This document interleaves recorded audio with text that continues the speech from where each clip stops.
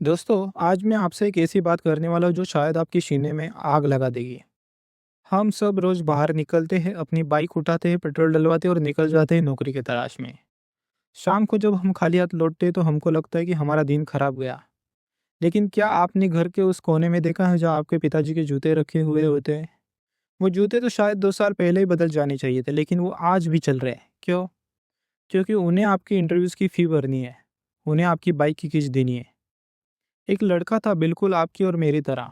कई महीनों से बेरोजगार था। एक दिन उसे बहुत गुस्सा आया तो उसने अपने पिताजी से कहा, आप मुझे पैसे नहीं देते, मेरा लक ही खराब है।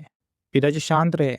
अगले दिन पिताजी काम पर चले गए तो लड़की ने उनका पीछा किया। उसने देखा कि पिताजी धूप में बोरी ढो रहे थे।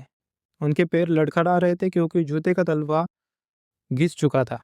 कंकड़ उनके पैरों में चुभ रहे थे, खून निकल रहा था, लेकिन वो रुके नहीं। क्योंकि उन्हें पता था, अगर वो रुक गए तो उनके बेटे का सपना रुक जाएगा। जब उस लड़के ने ये सब देखा तो उसकी आंखों से पट्टी गिर गई। हम बेरोजगारी का रोना रोते हैं, रिजेक्शन का दुख मनाते हैं, लेकिन हम ये भूल जाते हैं कि हमसे बड़ा संघर्ष वो इंसान कर रहा है जो चुपचाप हमारे सपनों का बोझ उठाए खड़ा है। आपकी डिग्री रद्दी नहीं है, वो उस बाप की उम्मीद है। आपका संघर्ष सिर्फ आपके लिए नहीं है, उस बूढ़े बाप के पैरों को आराम देने के लिए। अगली बार जब मन करे कि अब नहीं होगा तो एक बार अपने पिताजी के हाथों को, छालों को देख लेना।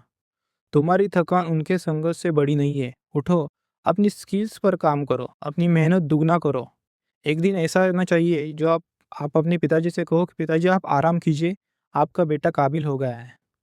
अगर ये बात आपके दिल तक पहुंची हो तो कमेंट में पापा ज़रूर लिख देना। सब्सक्राइब करें निखिल टॉक्स को। कल फिर मिलेंगे एक नई हिम्मत के साथ।